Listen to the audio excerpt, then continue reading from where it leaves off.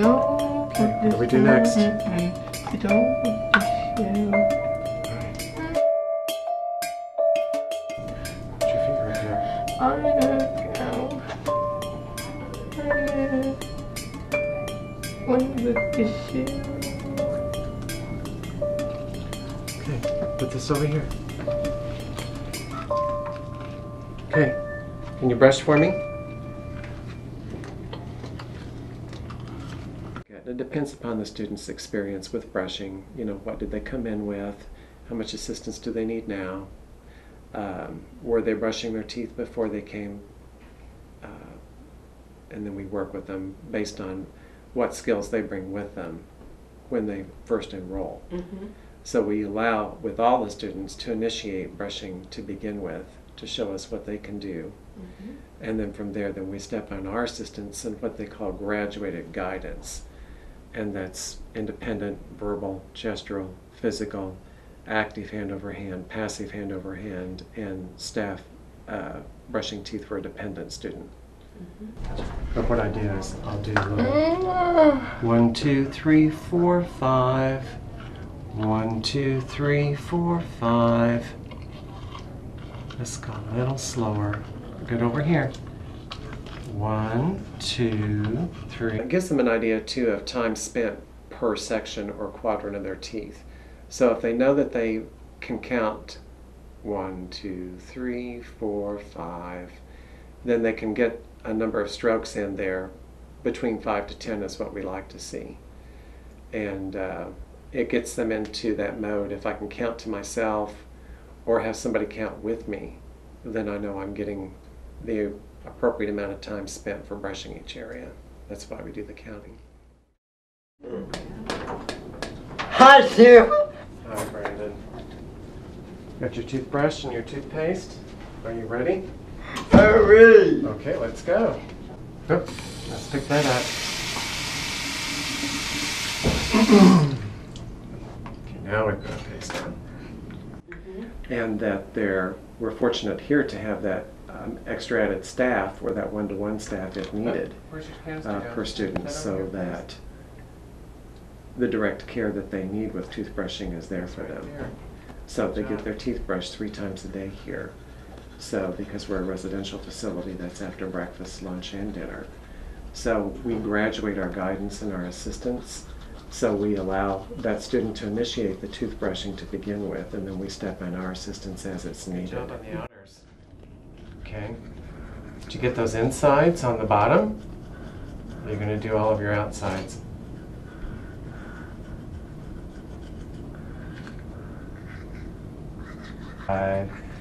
About these over here. 1, 2, 3, 4, 5. And how about right here in front? Those bottom ones. Can you get those for me? 3, 4, 5. Good job.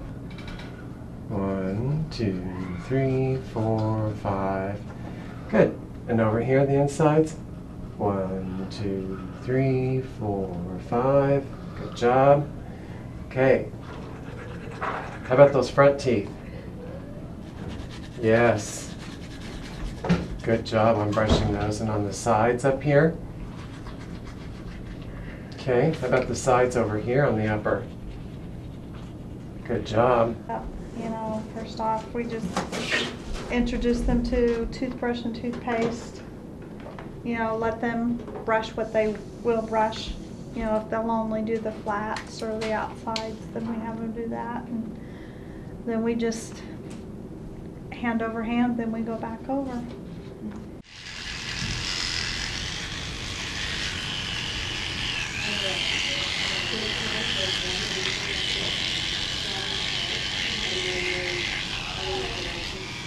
I need help.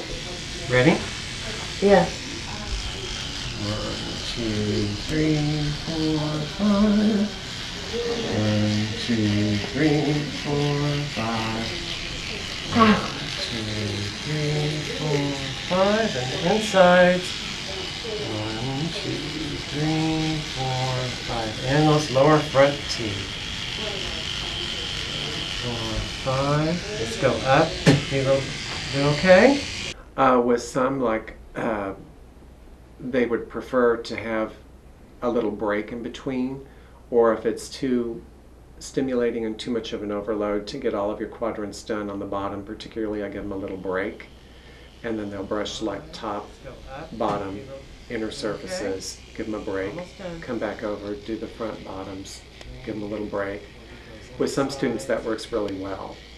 You know, they need that little bit of break in between because sometimes the brushing action is really not the most pleasurable thing for them to have going on in their mouth at the time. So that's very helpful versus another student who it's just a matter of, I need to brush here and here, and he's counting the surfaces and how many strokes that he needs to have, so he's not really thinking about the application of the brush and what it feels like in his mouth, or it's not really bothering. It's not a sensory issue, if I can use that word, but it's a texture and perhaps sometimes even just a flavor or the texture of the brush, you know, that's irritating sometimes. So I'll show him how brushing is done Josh style. Yep. Okay. I don't have to use this. You can use a little bit of that. Okay. You don't have to use a lot if you don't like the flavor of it. Okay. Because I know you're used to the bubblegum flavored Aquafresh. Yeah. And he was using just a dollop, I would call it, of Colgate today, of regular toothpaste.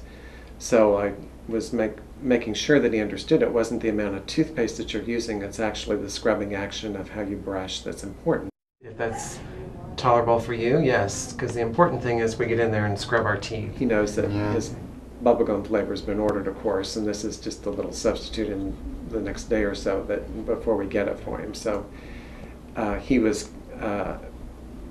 respectful when asking, you know, how much did he need to put on the brush. So I just told him a small amount to where he would tolerate it. And he completed his brushing and then just needed a little bit of assistance on the inner surfaces and outer where he was missing.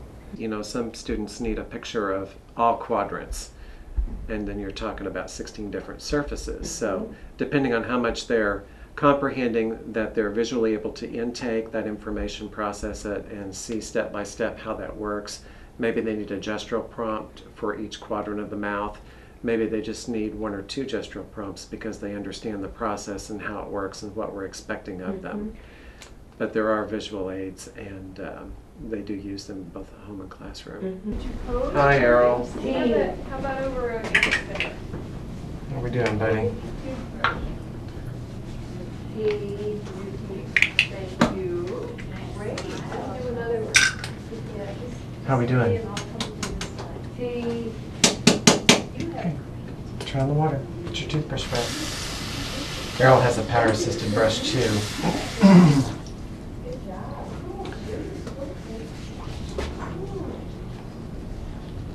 Good. Nice putting on your toothpaste. Oh, I think you rinsed it off. Let's put a little bit more on. There we go. I'm going to turn it on. See where your off-on switch is here.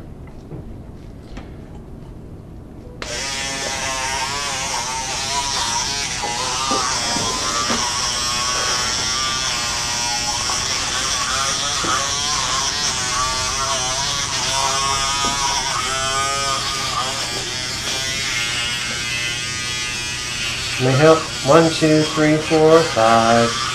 1, 2, 3, 4, 5. Insides. 1, 2, 3, 4, 5.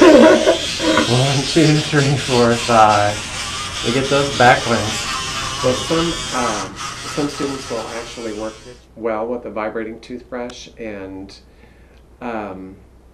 others will not. Others will just bite down because of the compression and the feel of the vibration in between their teeth, and it makes them want to even chew harder. And others seem to really enjoy the sensation of, I believe, of having the vibration, so perhaps it prolongs brushing a little bit longer for them. We often experiment and see how that works. You know, if we're not having a lot of success with a regular toothbrush, then we can always try a battery-operated assisted toothbrush to see if that makes a difference. With some students it does, and some others it doesn't. Her goals for her toothbrushing are getting in preparation for job. toothbrushing, so that means getting supplies out. Okay, can I It see just for a depends minute? on the student. You know, some are more Oh, prepared Bob. for toothbrushing, others would be more, how many surfaces are they covering? You know, are they thorough? Do we still need to go over it at the end? Well, usually the expectancy is when they come in, if they aren't brushing teeth, that they are expected to brush teeth, so we'll begin with those students with learning what they will tolerate to begin with.